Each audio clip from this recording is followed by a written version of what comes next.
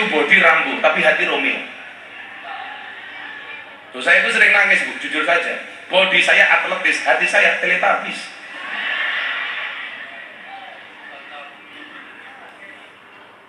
Wa inna ahadakum ya'maluna bi amali ahli jannah.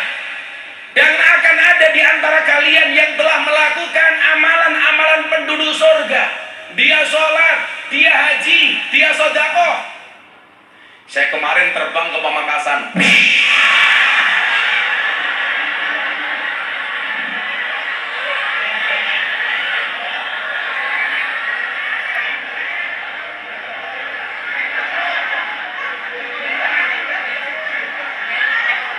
Punya kaget ngapunten, punya ngapunten.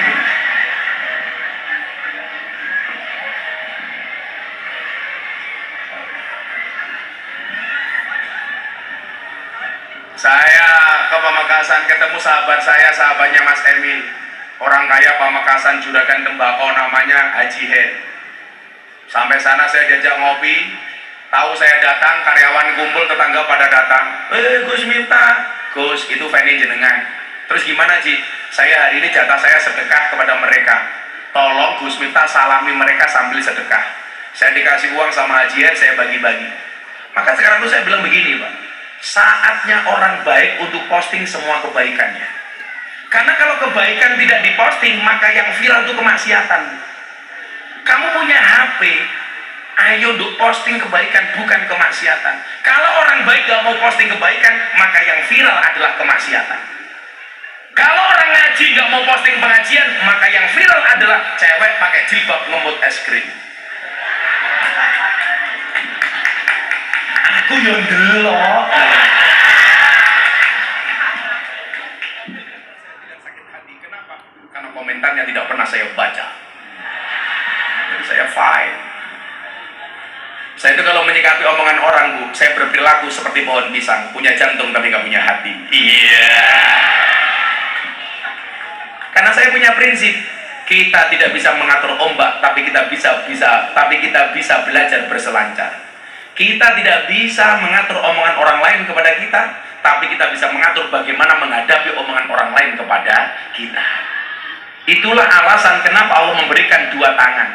Alasannya sederhana, kita tidak bisa menutup mulut semua orang, tapi kita bisa menutup kedua telinga kita dengan dua tangan kita.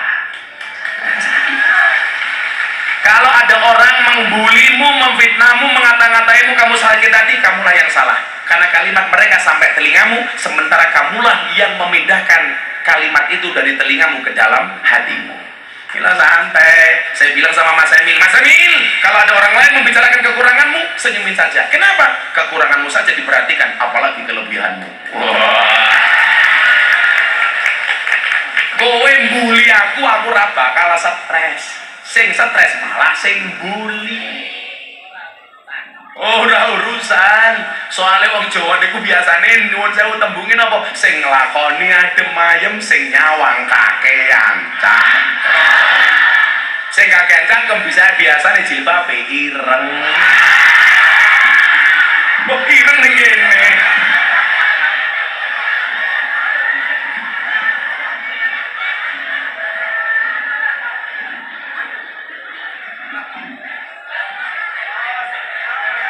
Ternyata Bu Sekda. Mohon maaf Bu, saya sengaja.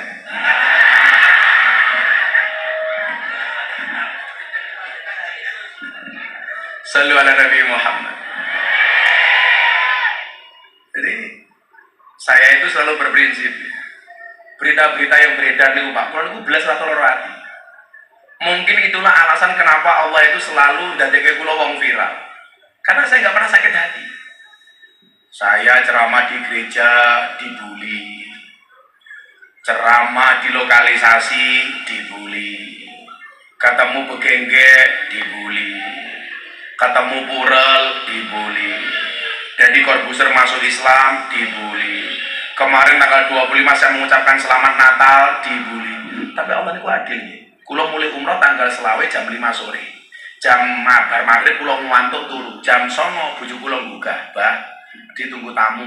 Dari mana? Dari Southampton United Kingdom, dari Inggris. Siapa? Remigius. Kenapa dia datang ke sini? Pengen masuk Islam. Seminggu sebelumnya dia berangkat dari Inggris, naik pesawat Qatar, transit di Qatar, kemudian ke Indonesia, mencari saya. Saya bangun, saya temui. What is your name? My name is Remigius.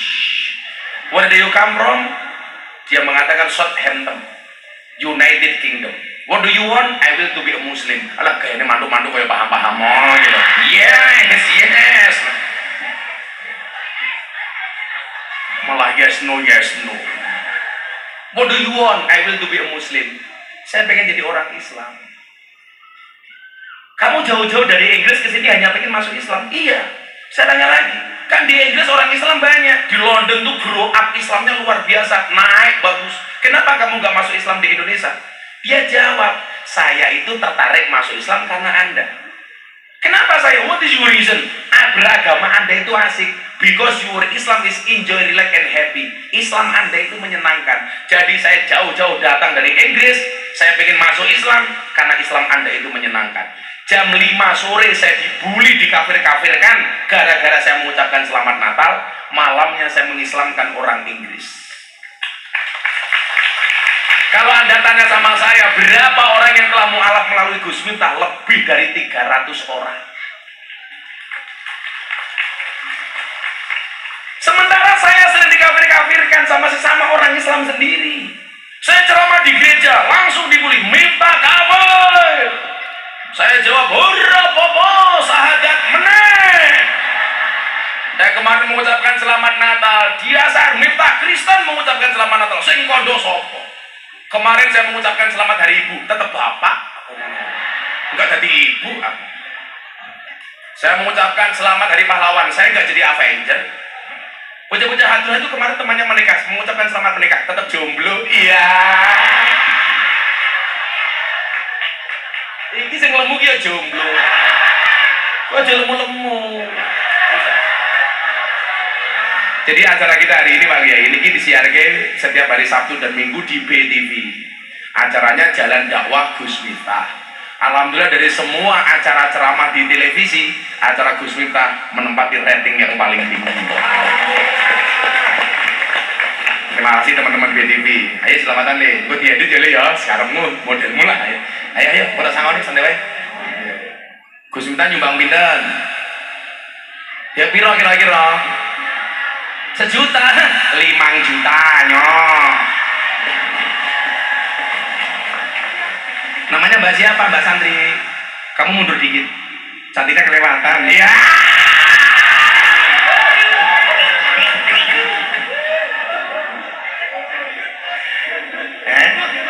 Gue pengen.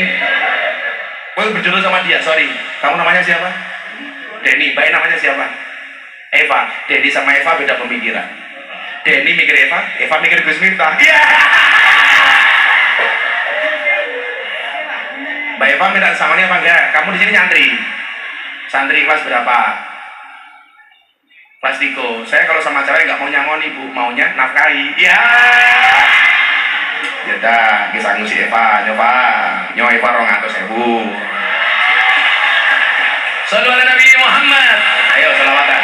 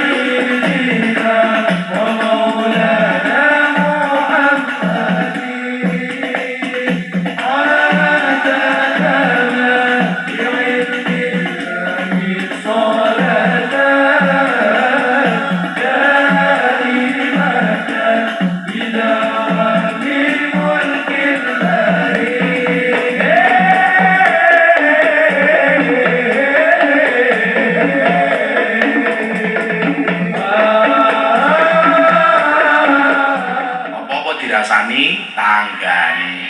Makanya saya punya prinsip, kalau ada orang ngiri, saya nganan. Wa inna adakum ya'maluna bi amali ahli jannah, dan akan ada di antara kalian yang telah melakukan amalan-amalan penduduk surga, seolah-olah semua hal pernah dilakukannya. Anda bisa mengatakan, saya sudah umroh sekian kali, saya sudah sekian haji sekian kali, saya sudah nyumbang, saya sudah sedekah, saya sudah bangun malam. Tapi ingat, hatta yakun bainahu wa baina ila dir'un, seolah-olah surga itu berjarak dengan dia hanya tinggal 1 dirok saja. Kenikmatan surga sudah dilihat oleh matanya, sudah dicium baunya surga oleh hidungnya. Tetapi mohon maaf, fayasbitu alaihil kitab, catatan takdir merubah hidupnya.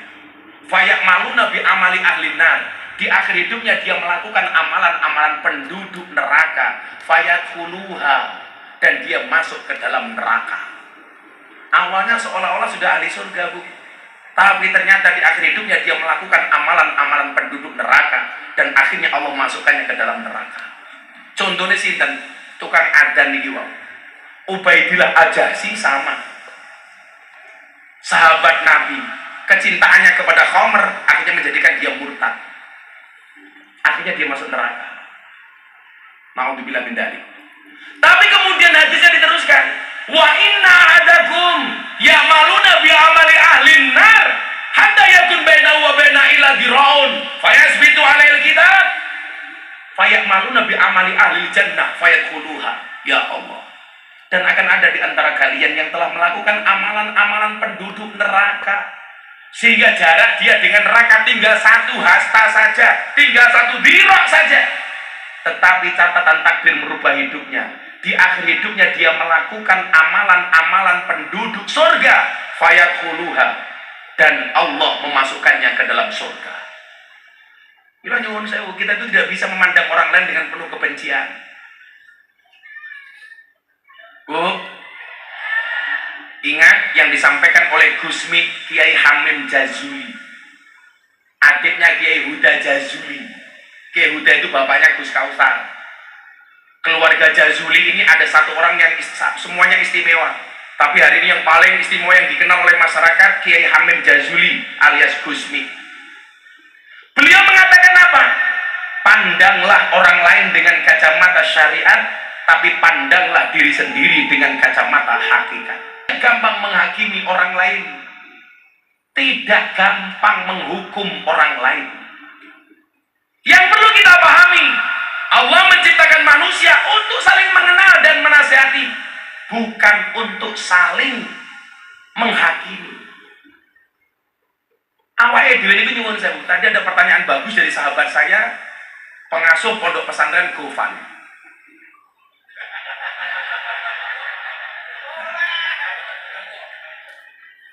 Al-Mukarram Handoko.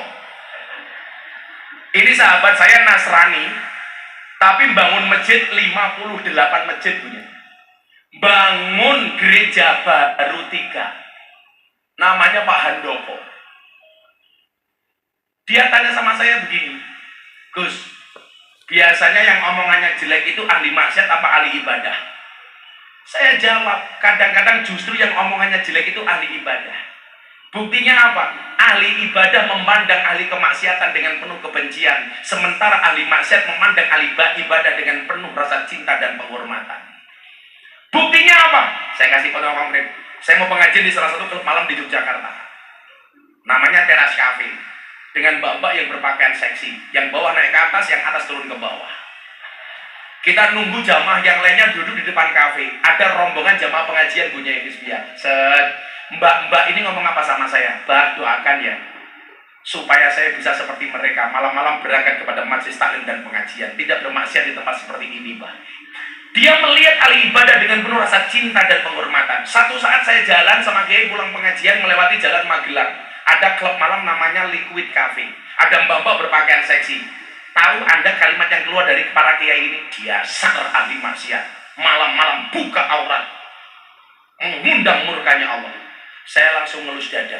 Ahli maksiat memandang ahli ahli ibadah dengan penuh rasa cinta dan mahabbah, sementara ahli ibadah memandang ahli maksiat dengan penuh kebencian. Saya pengajian di Bekasi, Mas Emil, berangkat ke Cikarang melewati Kalimalang. Ada mbak-mbak lokalisasi, emplek-emplek di Kalimalang. Kaca mobil saya buka, mbak-mbak PSK lihat saya teriak, "Abah, mampir!" Saya jawab, "Oke." Saya datangi mbak-mbak yang kerja di situ, saya tanya, "Yang datang berapa malam hari ini, Duk?" "Yang berangkat 100 orang, Mbah." "Kumpulkan semua, saya mau pengajian 15 menit. Abah mau ke Cikarang." "Nggih, Mbah." Saya ceramai.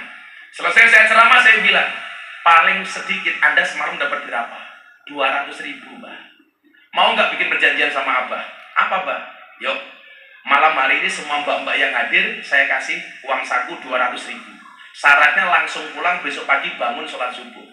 "Setuju?" "Setuju. Tolong nggak usah bekerja malam hari ini." 100 mbak-mbak saya kasih uang 200.000, senilai 20 juta. Selesai pengajian saya ke mobil, ketemu kiai yang jemput saya. "Mubadir, Gus." Saya mikir sih dimaksud mubadir itu apa?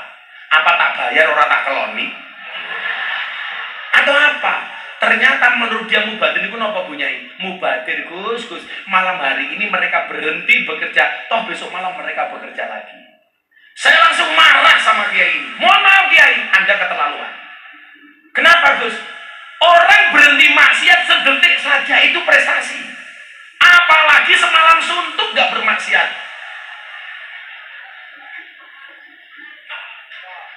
Loh, bener tak? Berhenti sedetik dari maksiat itu prestasi. Apalagi semalam suntuk. Ibu-ibu seperti ini pengajian di tempat ini 4 jam meninggalkan rumah. Sampai pengajian selesai Anda tidak paham sama sekali. Kira-kira ada baiknya apa enggak? Ada. Apa baiknya? Minimal kebaikan untuk suamimu di rumah. Kenapa? Selama 4 jam suamimu terbebas dari penderitaan.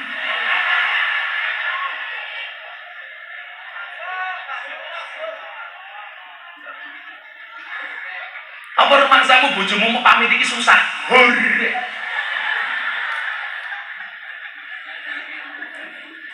Dipamiti karo bojone, "Pak, saya mau pengajian sama Gus Miftah." "Halo Bu, mos aku tinggal di rumah dhewe." Begitu gue lunga, yes. Samanya saya diprotes. Ada mbak-mbak PSK meninggal dunia.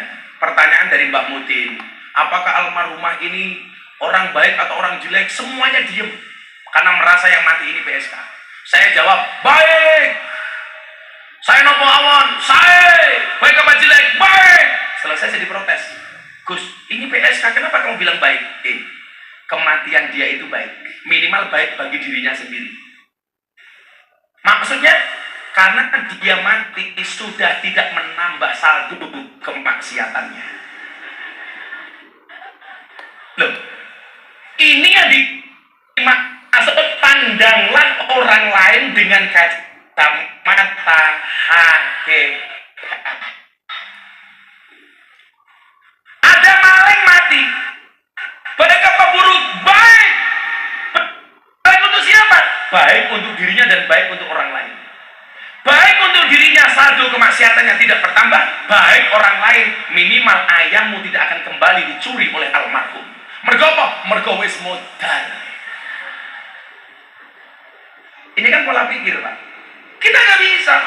Maka dulu ada satu santri mau keluar dari pondok, kiainya bilang, "Nak, semua ilmuku sudah aku berikan kepada kamu. Semua kitab sudah pernah kamu kaji. Tapi kamu akan mendapatkan satu ujian terakhir." "Nopo kiai?" "Silakan kamu cari di luar sana orang yang lebih jelek dibandingkan kamu." Dia mikir, gampang. Dia jalan ketemu orang pemabuk, langsung dia mengatakan, "Ini orang yang lebih jelek dibandingkan saya." Dia mau sowan kiai, dia mikir, dari mana saya mengatakan pemabuk itu lebih jelek dibandingkan saya? Saya nggak pernah tahu bagaimana dengan akhir hayatnya. Bisa jadi dia mati husnul khotimah sementara saya tidak. Dia batalkan ketemu dengan sang kiai. Dia jalan ke lokalisasi ketemu mbak-mbak PSK. Dia mengatakan apa? "Ini orang lebih buruk dibandingkan saya." Begitu dia mau sowan kiai, dia mikir lagi, dari mana saya mengatakan PSK ini jelek? Bukankah ada cerita seorang PSK kemudian masuk surga gara-gara memberikan minum kepada anjing? Dia batalkan ketemu dengan kiai. Dia jalan ke sana kemari 24 jam, tidak menemukan orang yang dianggap lebih buruk dibanding dibandingkan dirinya. Dia sowan kiai, mohon maaf kiai, saya gagal. Kenapa nak? Saya tidak menemukan orang yang lebih buruk dibandingkan saya. Kiai mengatakan apa? Nak, kamu lulus. Orang ketika memandang orang lain lebih hina dibandingkan dirinya, kamu belum lulus sebagai seorang hamba. Coba dulu kita lihat sahabat Nabi yang namanya Nuaiman, sukanya apa? Minum khamr. Dia selalu minum khamr di hadapan Nabi supaya langsung dihukum sama Nabi, sehingga sahabat yang lain mengatakan, laknat kamu Nuaiman. Tapi apa pembelaan Nabi kepada si Nuaiman? La tal'anuhu fa innahu yuhibbullah wa rasulah. Kamu jangan melaknat Nuaiman. Kenapa? Karena walaupun dia pemabuk, hatinya mencintai Allah dan mencintai Rasulullah. Maka saya itu sayang bu kepada begengget, kepada purel. Saya nggak ada urusan. Ini saya dapat kontak lagi dari Kang Sono Tretes Pasuruan. Bah, kapan kesini lagi? Ini lucu punya Isbia. Sepanjang masa tempat itu nggak pernah bikin pengajian. Dibisiki sama teman-teman Ansor Pasuruan, mau nggak kalau pengajian sama Gus Miftah? Kalau Gus Miftah yang datang, saya siap ngaji. Akhirnya mbak-mbak germo rapat pengajian bersama Gus Miftah. Bikin pengajian urunan pengajian bersama saya. Nangis mereka bu. Kita pengajian di Gang Sono Tretes Pasuruan itu Pak ini. Selesai pengajian saya bilang, mbak-mbak yang hadir berapa di sini? Jumlah penghuni di Gang Sono berapa? 580 PSK Gus. Mau nggak saya kasih mukena? Mau. Syaratnya satu untuk sholat. Ojo lemek. Siap. Ramadan kemarin Pak Wagub, ternyata mereka nggak pulang.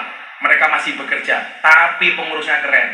Kalian boleh bekerja, syaratnya harus sholat taraweh terlebih dahulu menggunakan mukena dari Gus Miftah. Coba.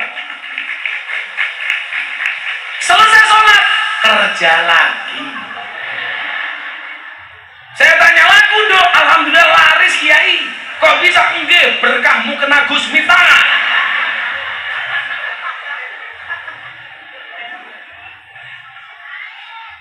Loh. Tapi kita nggak bisa menghakimi mereka. Alaihissalam bihakamil hakimi.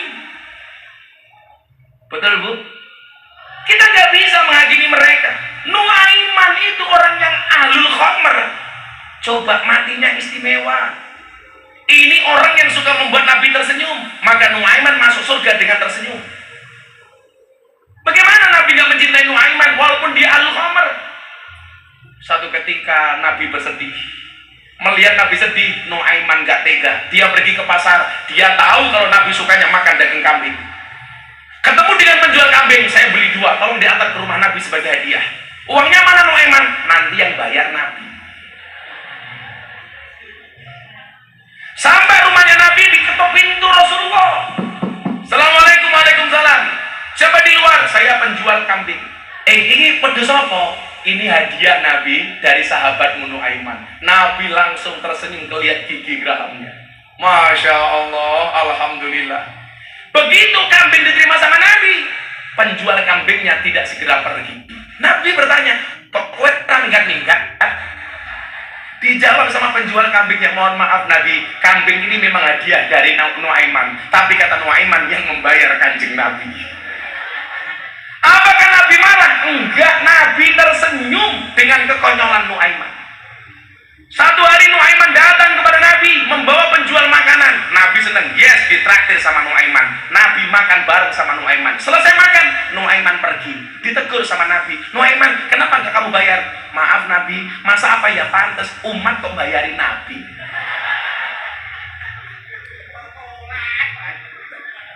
Coba.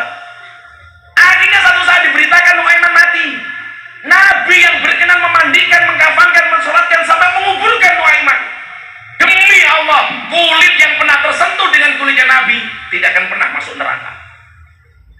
Nuaiman dimasukkan ke liang kubur, kemudian dimakamkan. Nabi mengatakan setelah selesai pemakaman, semuanya pergi. Kenapa Nabi nggak pergi? Saya ingin memastikan Nuaiman bisa menjawab pertanyaan Munkar dan Nakir. Salah satu mukjizat Kanjeng Nabi bisa mendengarkan percakapan alam kubur. Begitu semua pergi, mohon maaf, Munkar Nakir datang. Kaget meneh. Tukang syuting yo kaget lho, apa? Tukang syuting kok kaget.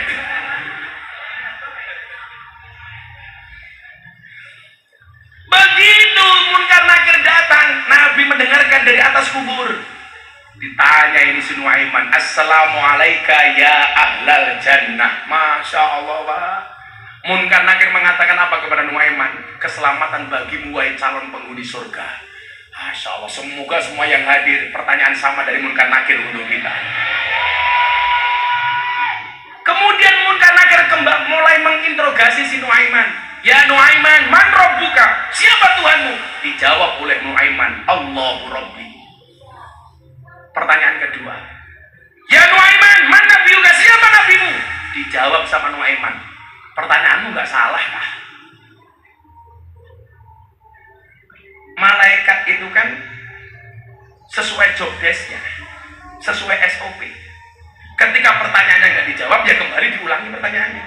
Nuaiman jawab, pertanyaannya nggak salah bro. Kembali malaikat berteriak dengan kencang, ya Nuaiman, man nabiyuka? Dijawab sama Nuaiman, ojo banter-banter, orangnya di atas gitu. Nabi mendengar jawaban Nuaiman kembali tersenyum. Bahkan Nuaiman mampu membuat tersenyum Nabi saat Nuaiman sudah berada di liang kubur. Ini pembelaan dari satu sisi. Saya mengatakan ini pembelaan bagaimana Kanjeng Nabi menghargai ahli maksiat sekalipun dia peminum khamr. Makanya kenapa kita benci dengan para ahli maksiat? Saya sholat Pak Emi di Malioboro bersama para pemabuk. Saya jam 3 pagi jalan waktu itu. Saya mas-mas di pinggir jalan itu mabuk, minum botol, nenggak botol. Allah la ilaha